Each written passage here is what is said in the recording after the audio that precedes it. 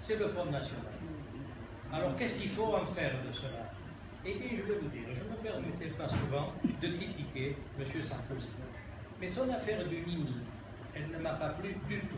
Ce que soulignait tout à l'heure Marie-Thérèse, c'est-à-dire ces gens qui ont gagné dans des cantons, n'est-ce pas, où ils devaient perdre, où nous étions majoritaires, nous, les gens qui ne sont ni communistes, ni socialistes, ni tout ce qu'on veut, n'est-ce pas, d'écolo politiques.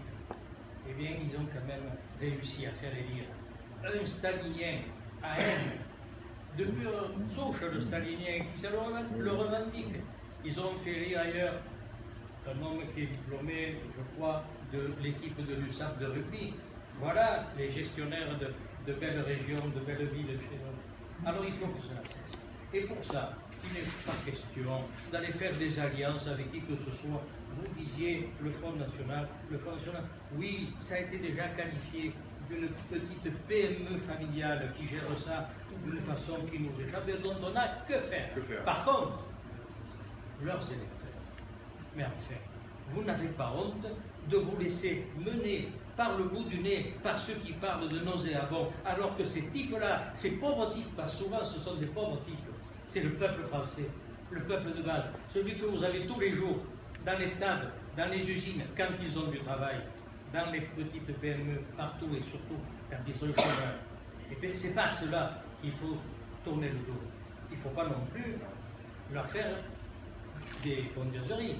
Il s'agit simplement de leur parler et de leur dire, écoutez, vous avez des idées qui sont parfaitement farfelues, saugrenues et particulièrement nulles. Par exemple, dans tout ce qui touche l'économie.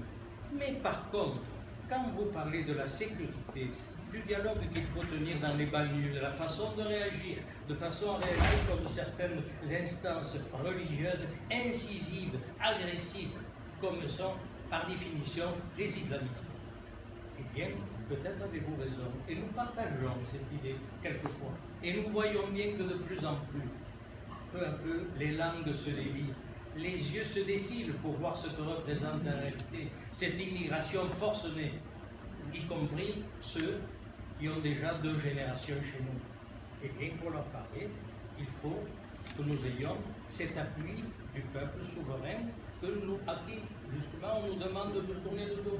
Et que faut-il leur dire? Il faut dire, allez, voilà, vous avez des idées pour notre sécurité, peut-être sont-elles bonnes, mais vous n'êtes pas sûr d'avoir les moyens électoraux pour les appliquer.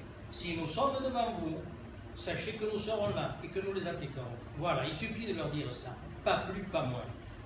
Et on appliquera de voir comme ça des cantons entiers, des pans entiers passés à des gens qui sont des ennemis forcenés. Merci beaucoup. Ça, c'est le rôle du militant de base. C'est ce que chacun doit faire chez lui, dans son quartier, avec son voisin de bistrot, dans la rue, n'importe où. Et c'est ça l'avenir. Parce que si l'on ne passe pas par là, jamais nous, républicains, n'aurons les moyens de faire appliquer ce qu'il faut trouver de mesures très dures pour redresser ce pays.